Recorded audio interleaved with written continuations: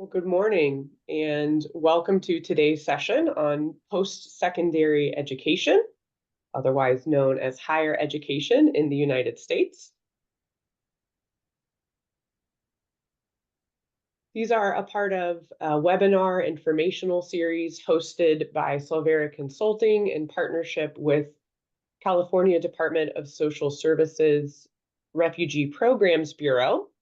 We host these about twice a month or so. June is all about education, as you can see today, talking about community colleges and universities. Later this month, we'll be talking about primary education, which is kindergarten through 12th grade. Today's topics that we're going to cover, as I mentioned, are mainly regarding higher education. So that's going to be financial aid, what to expect, what's similar or different from universities in Ukraine. But today we're not covering immigration statuses or specific kind of tips and tricks for various kinds of applications. We're also not going to be talking about public benefits, but we do have that information in other spaces on supportguide.org. As a reminder, you will receive the links and access to this recording, as well as the slides following today's session. A few more reminders. All participants who join are on mute. As you enter, please select the appropriate interpretation space. In your Zoom bar, either at the top or the bottom, there's a place to ask questions. If you identify with one of those questions and have something similar, go ahead and hit the plus sign or the like button. That's going to help us know that you also have that question instead of asking the same thing multiple times. At the end of the session, we'll have a live question and answer time, and then we'll also invite you to complete a survey, which helps us improve. And we really want to hear from you and be able to answer any remaining questions we weren't able to get to during the session. So you're hearing from Solvera Consulting. My name is Hannah Messick. We're partnering with California Department of Social Services Refugee Programs Bureau. You're hearing from Nova Ukraine. Tatiana and Oksana are providing interpretation, and the team has translated slides that you'll be seeing today as well. We also have a guest presenter today from Earthlings Hub, which is a humanistic, inquiry-based education that supports children, parents, and teachers impacted by war and conflict. So specifically, Earthlings Hub is operating across the country, and I would argue to say across the world, in supporting those who are displaced by war in continuing their education. Today, we are uniquely fortunate to have with us Yulia. As you can see, go ahead and come off mute if you would like. She not only has her PhD, but her master's, has been teaching for over 40 years across multiple countries and cultures and grade levels as well. And not only that, but has founded her own organization. So we are very fortunate to have her with us and looking forward to today's session. So without further ado, I'll hand the session over to you. All right. So we are honored and lucky to meet with you all today. And I want to discuss some, I would say, not so much logistical, but more like humanistic and educational perspective on higher education in the United States, and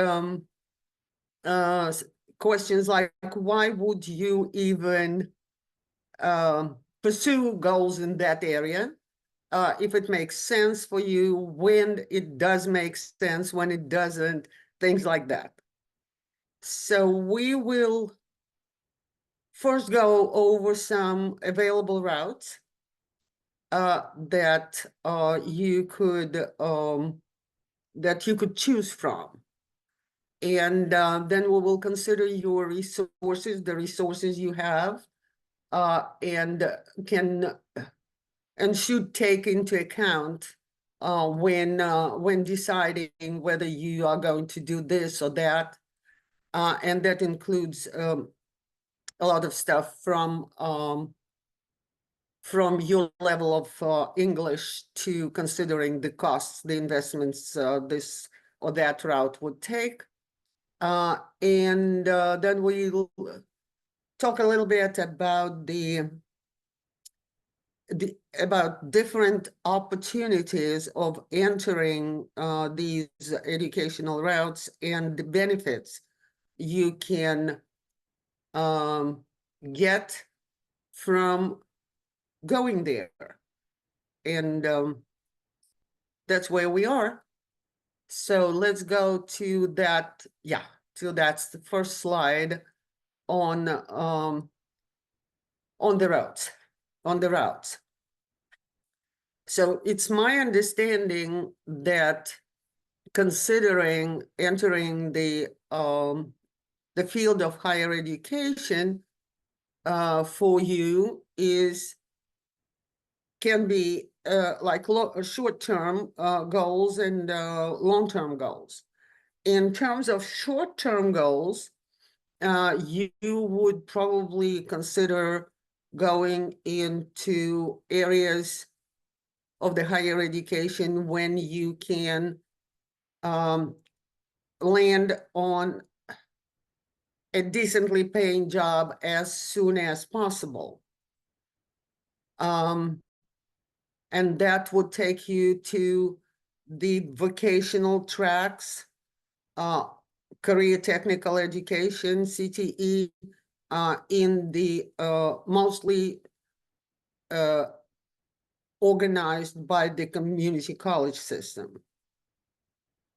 In the long-term goals, having the long-term goals, you might want to consider them as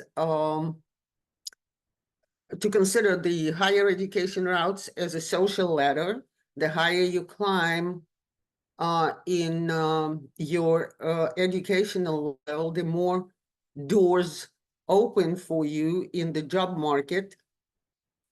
You could also, if the resources allow, find this as a good opportunity to chase your dreams. So something you would have always wanted to learn or master, some things that you always wanted to do, that could be a good time to consider the possible routes through higher education. Another long-term goal can be an income increase, because when you start at the bottom at the entry positions, when you just need a job, whatever job is available, you could be also thinking of increasing your income and getting to higher income levels. And that is where pursuing routes in higher education also comes handy. This will take you to the 4-year degree institutions, like 4-year colleges or undergraduate universities.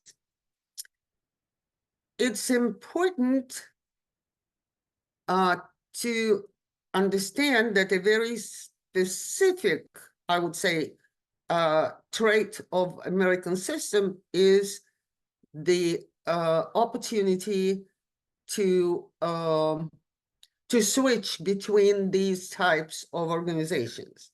So you could start with some credits at community colleges, with taking some courses at a community college, and then transferring those grades and courses to your university studies. And that is important to keep in mind, because community colleges are usually much more flexible in terms of enrollment times than the universities. At community colleges, you can start technically any time of the year. So if we say they have, the university has 2 semesters most of the time, the community college has literally 4 semesters. The fall semester, the spring semester, the winter semester, very short-term and intensive courses, and the summer semester, where you can also take very short, condensed, and intense courses. And all those courses, most of the time, with good grades, given the good grades, are transferable to the university of your choice. When choosing the route, you are looking at your resources, first of all, and on your level of English. Those are the main points you're going from. So if your English is very initial, very basic, it would be pretty hard to be in an intense summer course or in an intense winter course. If you have a decent level of English, you might choose those classes as well. You also need to consider your actual level of education. This includes, you may have a high school diploma from Ukraine. You may have a bachelor's degree from Ukraine. You might want to evaluate your education documents through the accredited agencies that will provide you with the confirmation of your current educational level. And that will determine the starting point, your starting point for the college. Another way to place into college is to take the so-called placement tests. That includes a test in English and mathematics and determines at what level you can start in a community college.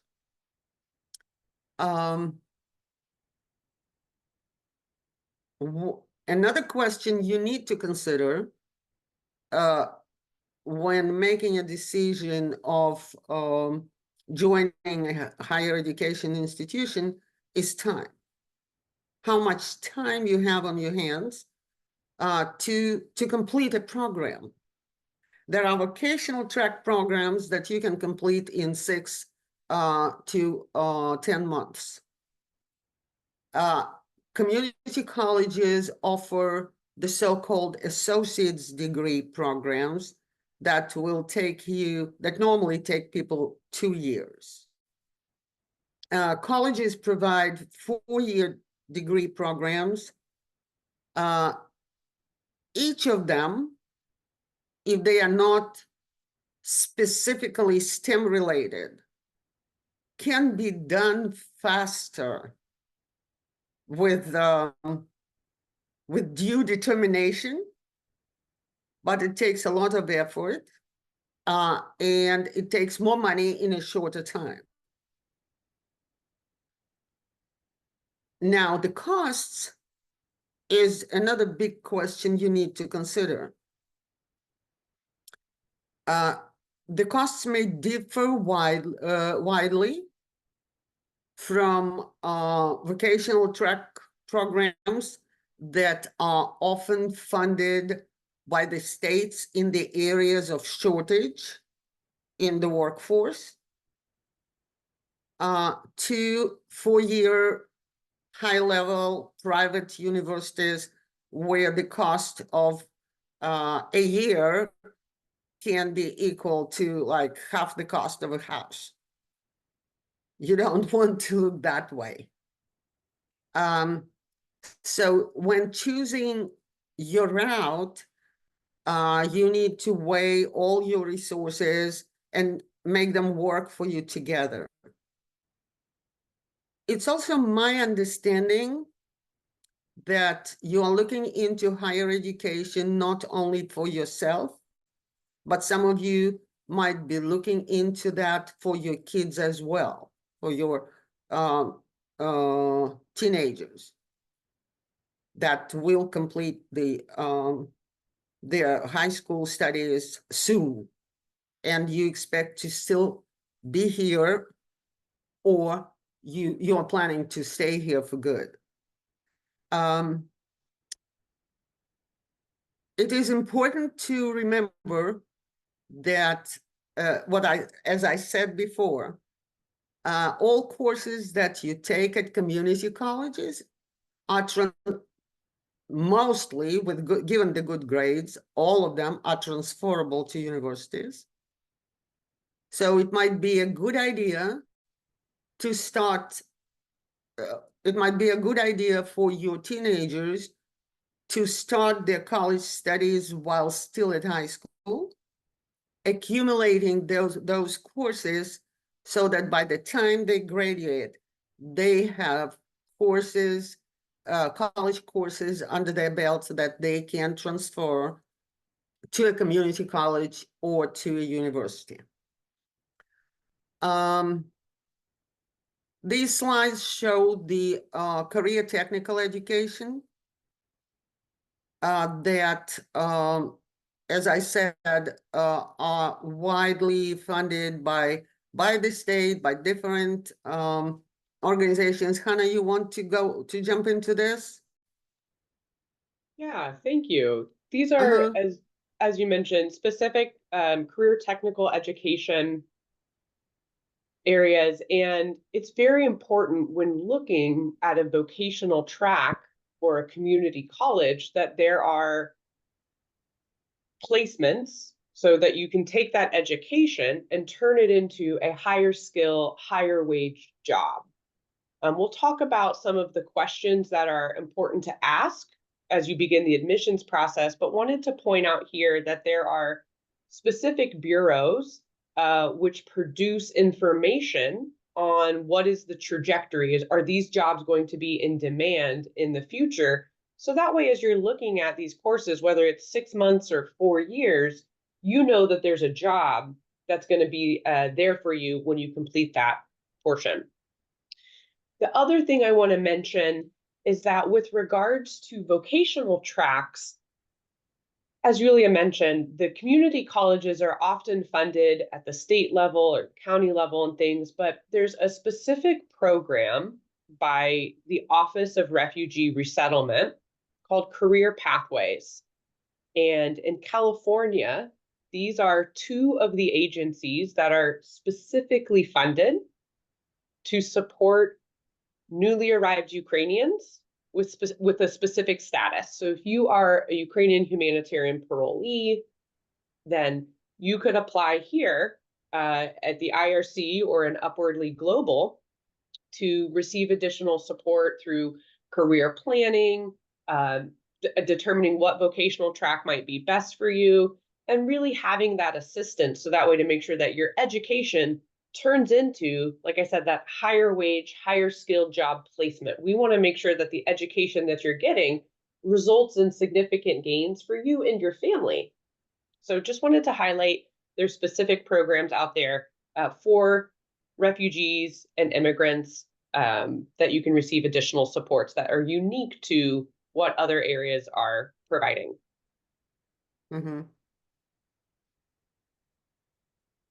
And these are the Californian college districts. You have so many of these colleges, and they have certain, they offer certain benefits. The big schools, the colleges, 4-year colleges don't offer. They offer small classes. They offer like real hands-on job trainings. They have all the facilities where people get real skills, not just talking about skills and future jobs. You can see these big districts, college districts, where different colleges have offer different opportunities, and it is important to really explore those opportunities while finding something that fits you and your family well.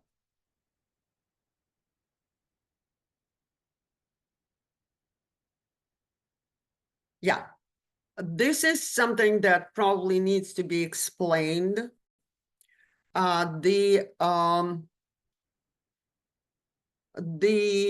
credit system here in the United States. Each course that you are taking at college, be it community college or four-year college, gives you certain number of credits towards your graduation. The full four-year program implies 120 credit hours.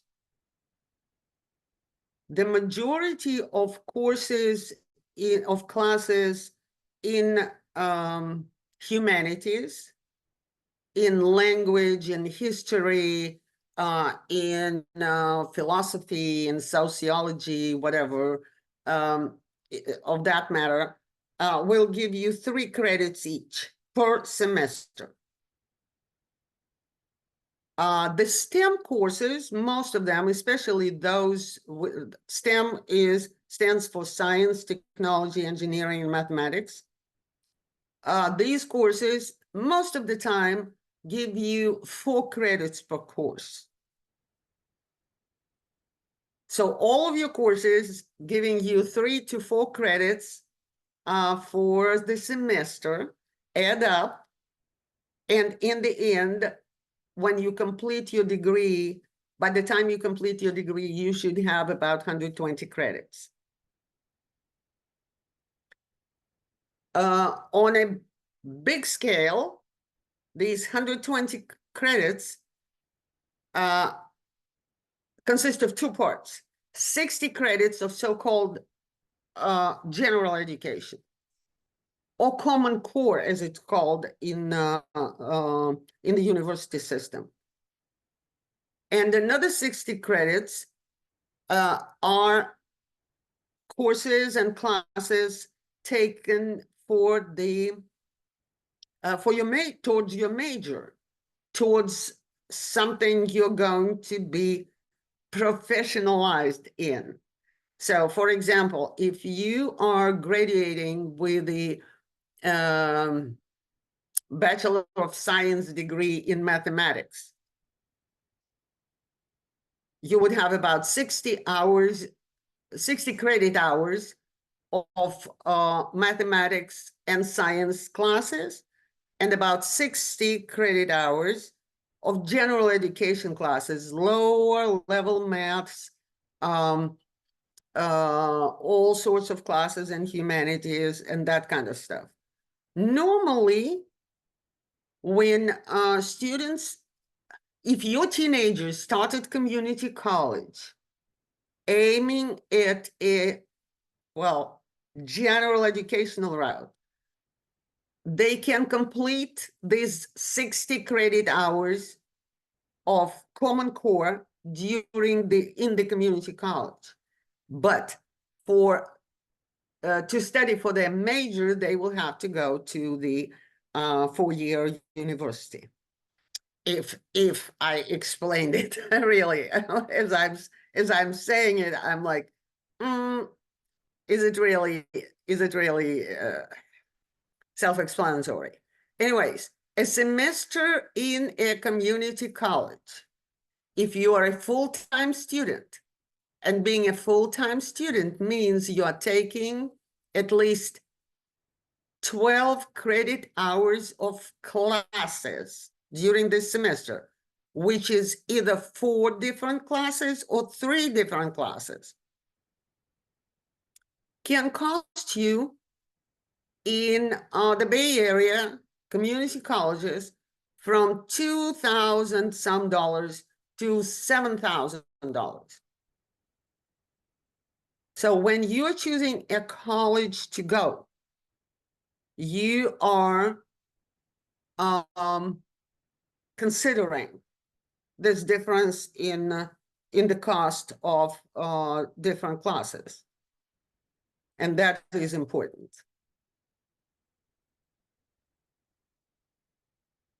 Yeah. This is the route for those, this might be a route for those of you with sufficient funds. I mean, with sufficient money support that you don't have to work hard for, that will allow, or for your teenage kids. And again, when choosing a program, a university, a four-year college, you might consider starting with the community college to complete the 60 credit hours of Common Core before going into a four-year college. You can see here the differences in tuition costs and fees between different universities in California. If Hannah doesn't mind me mentioning, you have landed in one of the most expensive states of the country. So that might be something else to consider. I know it's not easy the way it is for you now, staying maybe with your sponsoring family or with your friends or relatives, but there will be a moment when you will feel like you're overstaying your welcome. And at that point, you might want to consider moving to a state where life is cheaper and jobs are more abundant.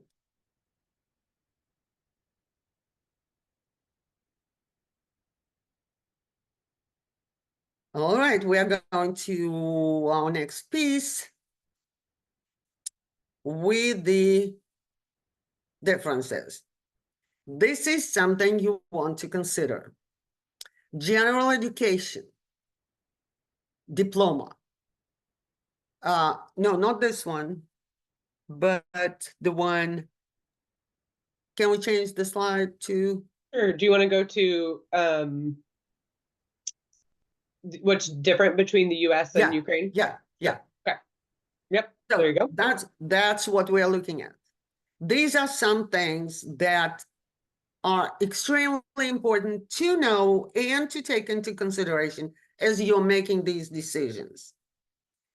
First thing is the general education diploma. That's an equivalent of high school diploma, that is obtainable through a local community college, and for the adults, for everybody 18 years or older who does not have a high school diploma from their native country, but feel like they are educated enough to have that diploma. Let me tell you, it's a really easy exam. If you are a person who has no high school diploma, that is something to consider in the first place, to have high school completed. For your kids, if they came with you and they are 18 or older, but because of the war, they haven't completed their school studies in Ukraine, that could be the route as well. It's a really easy set of exams. You need to look into details, but this can be a great benefit when you start discussing any routes to continue yours or your kids' education. Application process. Application process is not that complicated, but it's a little different.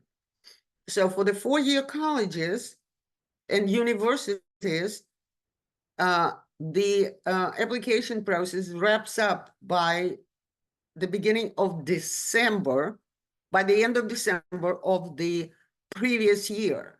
So if you want to start at a four-year university this September, you had to apply before the end of 2023.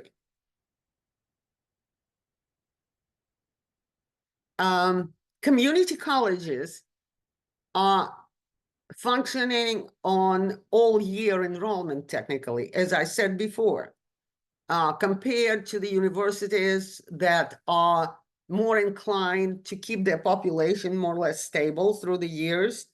Community colleges are flexible to take in anybody who wants to study, or who comes in just for one or two classes and all that kind of stuff. However, if you are relying on financial aid of whatever nature, from the state, from the government, from the US government, from some foundations on scholarships and stuff, that will require your commitment not only to stay within that funded program, but also to take certain amount of classes every semester. So money, if you're using someone else's money to advance your education, that money also always comes with some strings attached. I did talk about the credit system. It is important to keep count of your credits. It is important to evaluate whatever educational documents you have, to have some credits transferred towards the degree you want to obtain.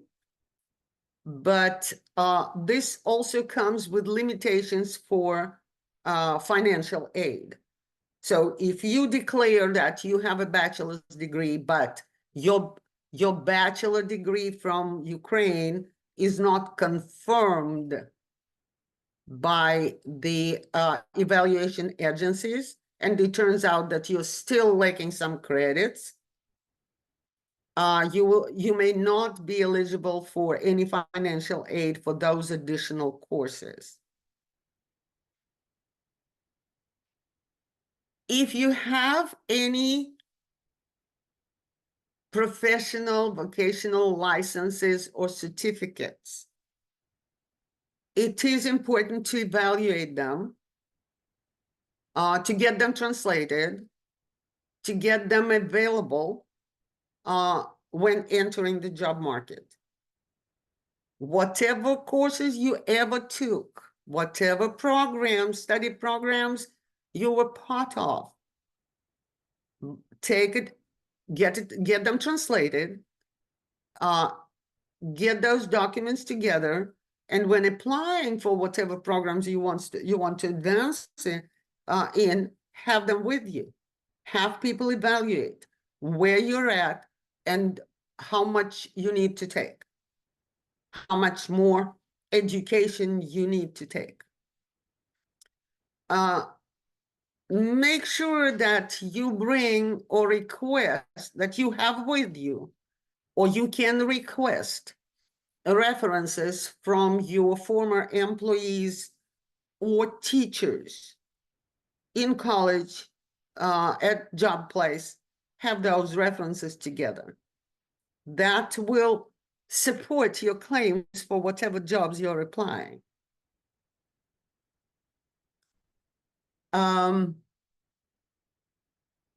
Make sure that you keep your resumes and CVs updated and together.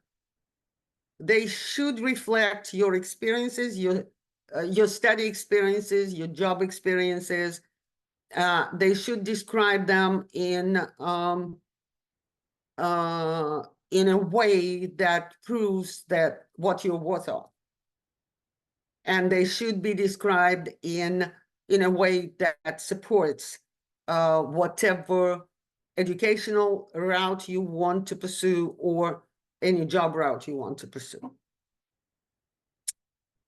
Well, I guess.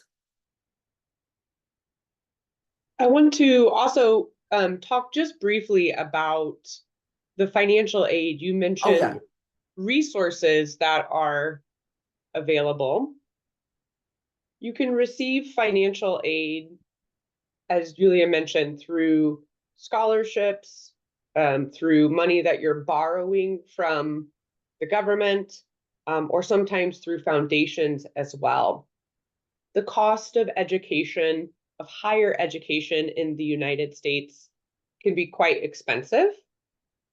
And so we've provided here and will be on the website afterwards a list of websites and databases where you can find scholarship opportunities.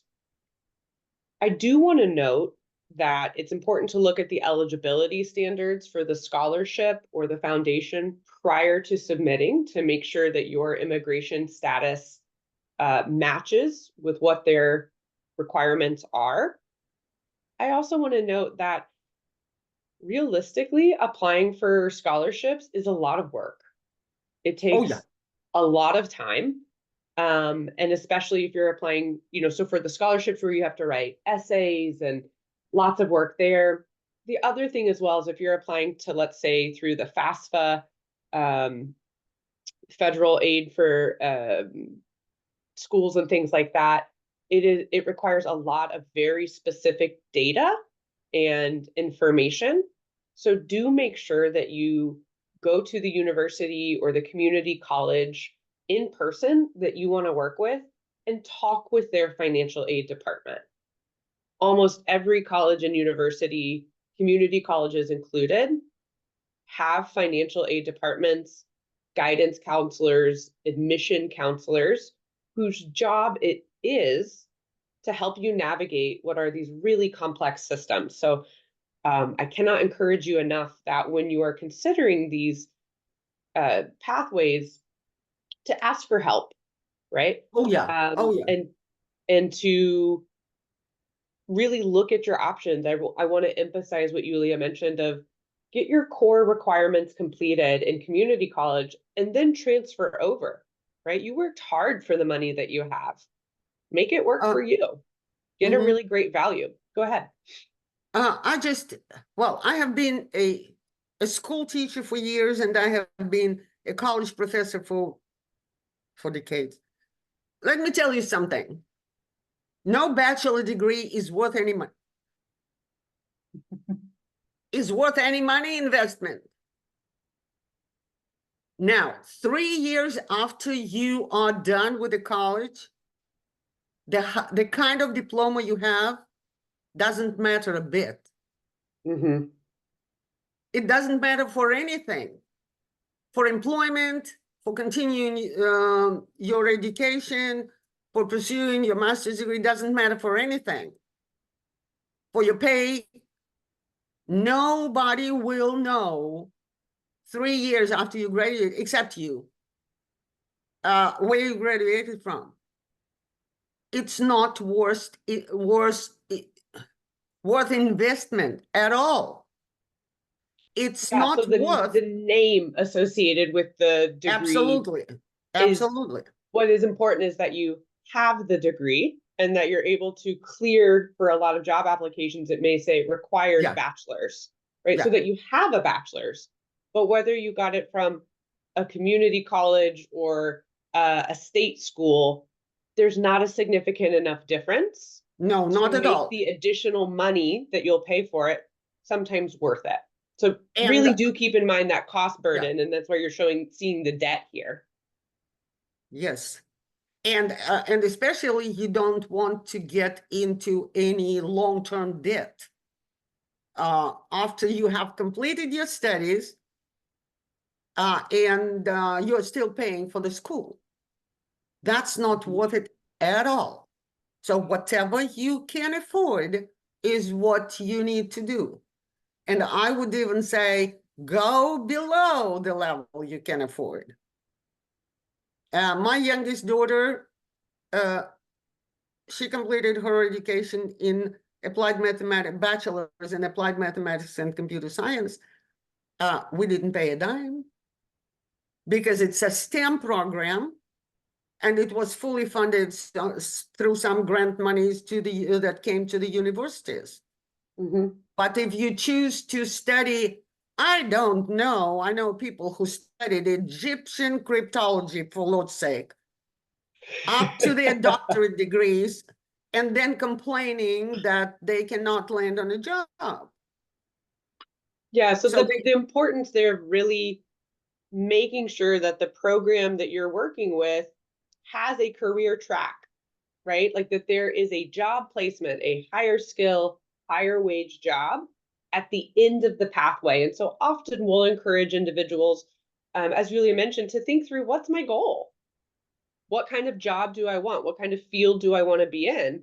And then work backwards to understand the steps that you'll need to take for that career laddering experience. I would even say that it makes sense to make one step farther back and to think about, what am I good at? Yeah. Am I good communicating with people? Or do I feel like I'd better be in my cubicle minding my own business and never interacting with people at all? All these things come together once you land on a job. You want to be comfortable there. You want to make a decent income. You don't want to be irritated by the job conditions. One of the ways that this third link here, the Career One-Stop Centers in California, they have on that website, they not only have a list of providers by the area, literally the geographic location that you're in, but also the area of interest. But as Julia mentioned, the step before that is they have some assessments that you can take online to help you identify where your strengths and preferences are and what career fields those align with best. Because it takes a different skill set to maybe be a trainer and facilitator than it does to be a software engineer. Yep. And it will really, those assessments will help align the skills and the strengths that you already have with the ideal placement. And then I would say take it from there and see, what is the job outlook and what are the average salaries post-graduation to make sure that it will meet the financial goals that you have for you and your family. I do want to note we have, there's some resources that are out there that we'll provide, but we want to leave time today for a question and answer. So I know we've had a few come in already that we've been able to respond to via typing, but this is a great time to ask a question in that Q&A section. There's two little boxes. It looks like a question. Please type some questions in there. We would love to help answer what you have. We have Yuli on the line. I'm very familiar with the refugee and ORR pathways. We also have, I know, an attorney here that can help answer some questions as well as you have regarding higher education. And Yulia, feel free to continue kind of sharing tips and suggestions, things like that as well. I wanted to say something about the kids, maybe, the teenagers. Yeah. If your teenagers have a dream, if they know what they want to do, it makes sense to look into scholarships provided by large corporations, for example. Mhm. Like, for example, the American Aviation Alliance offers scholarships for those who want to work in the aviation industry after they graduate for 3 to 4 years. So they fund your education if you commit to a few years working for them in their industry after you graduate. And there are scholarships like that almost with every major corporation in America. And those scholarships cover education, your education, like in full. It's important when thinking about financial aid as well to Yeah. consider the type of aid and the need that you have. So some financial aid will cover the entire educational experience, from housing, other expenses, tuition, books, and fees, whereas other forms of financial aid may only cover tuition and books and fees. So again, I really encourage you, work with financial aid guidance counselors to help you identify what might be the best fit for the needs that you have while going to school. Community colleges, as Yulia mentioned, also have more flexible scheduling and are often tailored towards what's called working professionals, which Yeah. means they offer night classes, weekend programs, which mean you could still go to work and then also go to school and arrange your schedule to be able to do both. With that, do remember, working, if you have a caseworker or something like that, to ensure that you have childcare during that period if you have young children at home as well. And one thing that Hannah and I were discussing before we started, even, I know, she probably doesn't know it firsthand, but I do. I came here 22 years ago, and I know how this whole new world feels kind of scary, and the waters, all waters are unknown, and you never know who you talk to, and limited English makes it even worse. But I want you to remember that the people you will be dealing with in a community college or at four-year college, when you first come to talk to career advisors or financial advisors, they are frontline people with very limited protocol and with very limited rights and with very limited responsibility. So my best advice is never take the first no for a final no.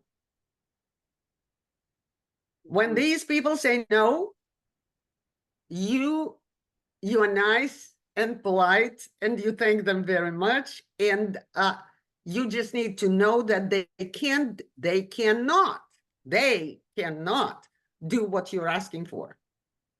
But most probably one step above them, or if you're really unlucky, 2-3 steps above them, there is somebody who can say yes. Mm-hmm. And it is important to get to that person. If you are really determined, you need to get the person who will look into your needs really, who will understand what you're trying to do, and who will help you the best they can.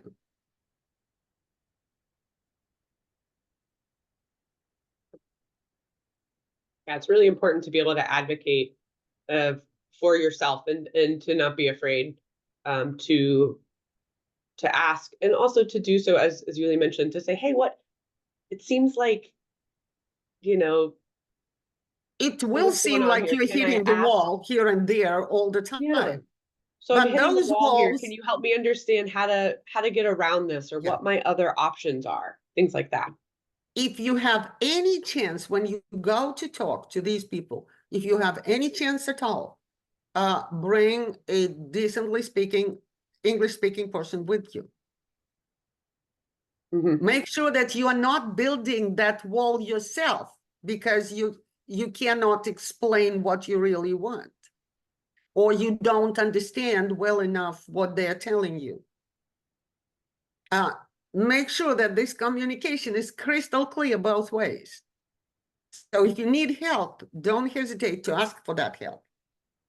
And many community colleges and universities will also have, once you enroll, will also have student groups where you can engage in sports or a similar culture, or share with those who maybe understand your lived experience and can really form a sense of community there as well. So that's something to remember and consider too. We have a question here saying, is everyone aware of the wonderful adult education schools around Sacramento that offer free high school diploma and English classes? They offer low-cost career pathway classes and work in partnership with our job centers, which offer opportunities for scholarships to pay for the career pathways through state programs. And then they offer a link.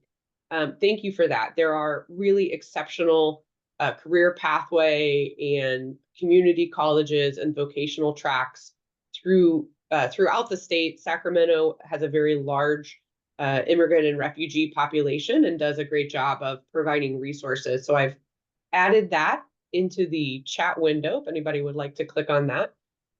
So thank you for that. We appreciate it. And there's really top-notch programs throughout the country, and I think, or throughout the state. And what I want to point out in this question is that there's free high school diploma, there's vocational English as a second language classes, there are career pathways, and not only that, but then they connect you with the resources to take action on that pathway and help you navigate the system along the way.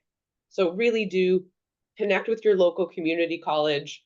Look at those resources that are out there as far as refugee career pathway programs, adult ed, and others. There are so many folks in the community who want to help you out, want to help you reach your goals, and want to provide information about the systems that you need to navigate to do that successfully. So please reach out, please connect with your local community colleges and adult education networks. We're coming up to the end of time here, so we have room for a couple more questions. I do want to remind you that you will receive the slides from today, the recording, and additional links as a follow-up later today. If you can please use your smartphone, I know we've all got them, to scan that QR code or click on the link in the chat window. Providing us feedback really helps us improve. You can also ask additional questions that we can follow up with. However, if you do ask a question, please include your email. Otherwise, it's anonymous and we don't know how to get back to you. So if you do that, make sure that we can respond. I also want to take a moment, Yulia, and thank you for sharing with us your expertise, May I just say one describing. thing? Go ahead. Folks, it's not as bad as it looks. Well, everything here looks so overwhelming. Like, where do I get started? Get started somewhere.